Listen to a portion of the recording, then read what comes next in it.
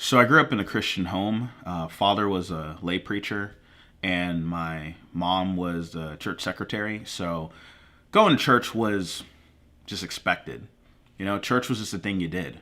You know, my parents are actually Haitian immigrants, so I grew up in a culture where, yeah, you go to church. It was almost like paying taxes. No one's exactly excited to do it, but you got to do it.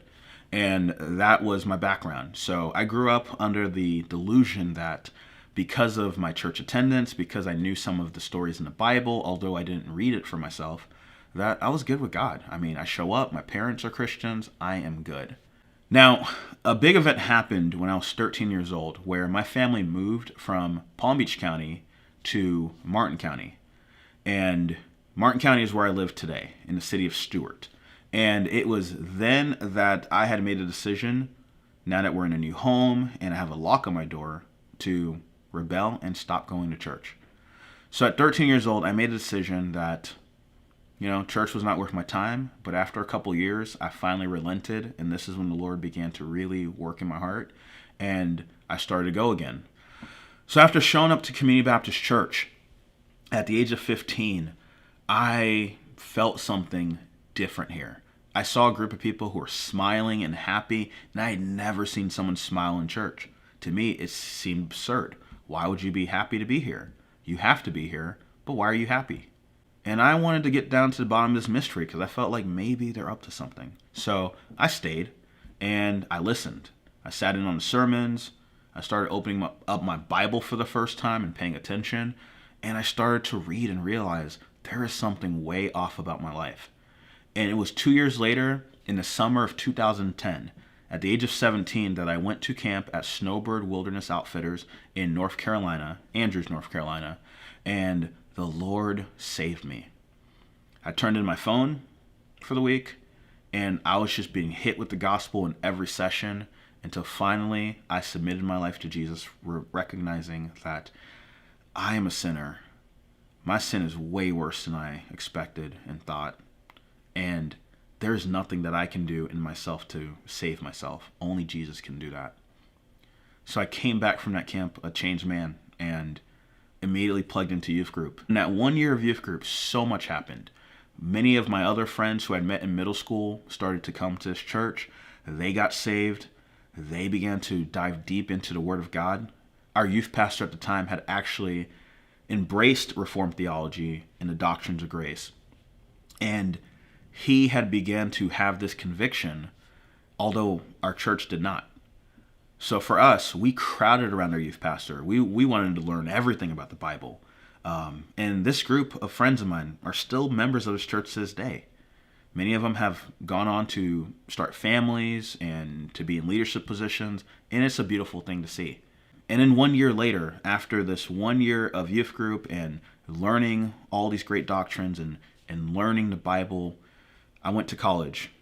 And I went to Williams College in Massachusetts, where I pursued a religion degree, specifically Christian studies. And I took every class I possibly could on the Bible.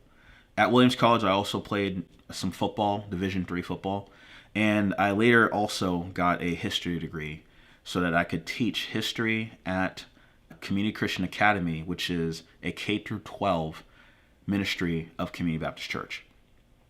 So I come back from college in January of 2016, 2 weeks after graduating, and I immediately plug in as a teacher, teaching middle school and high school Bible and history. And I currently teach those subjects to this day. I also teach video journalism, which is why we have this green screen here. And just plugged in, teaching the kids, teaching the Bible, discipling these children, watching these sixth graders grow up into adults, plugging into our young adults ministry here in our church, and going from being my student to becoming a peer of mine. It's a sweet thing to see kids growing in the faith. They're so used to calling me Mr. Servius, they're terrified, even as adults, to call me Stephen. But anyways, not only do I serve here at the school, but I also serve as a deacon in our church here at Community. I serve as a deacon and have been serving for 6 years now. I serve primarily over the media ministry, overseeing the sound booth, live stream, social media, anything tech related. Not primarily because of gifting, but simply because they needed somebody, so why not? And I also serve in the nursery with my wife, which we look forward to every month. And I also serve in a couple of teaching roles. So I teach the youth group. I'm not a youth pastor, but I am the primary teacher to our youth group here.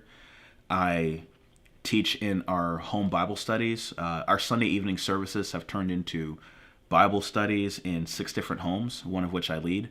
And then I also teach our adult Sunday school class, which has been such a joy and a pleasure as we've been going through the Old Testament for the past 8 years now, and we are currently in the book of Esther. So excited to start that book this weekend. So Community Baptist Church has been my home for many years, but I have felt the call to go where I'm needed. And currently what that looks like is there is a school that Trinity Baptist Church has a desire to start, Berean Christian Academy, and I am more than happy to become its first headmaster and to watch children come to hear the gospel and embrace it and grow in their faith. And Lord willing, become members of Trinity Baptist Church to continue to grow, to be discipled.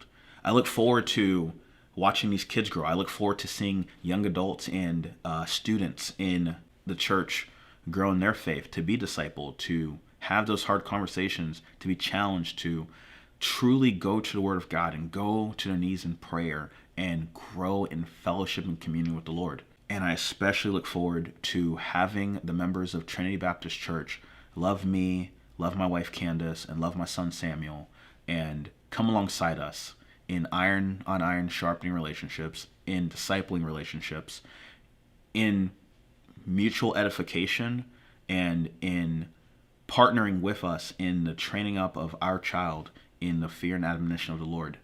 It takes a village to raise our sweet little boy. So we look forward to growing together in the faith, all to the glory of God and not to our own glory.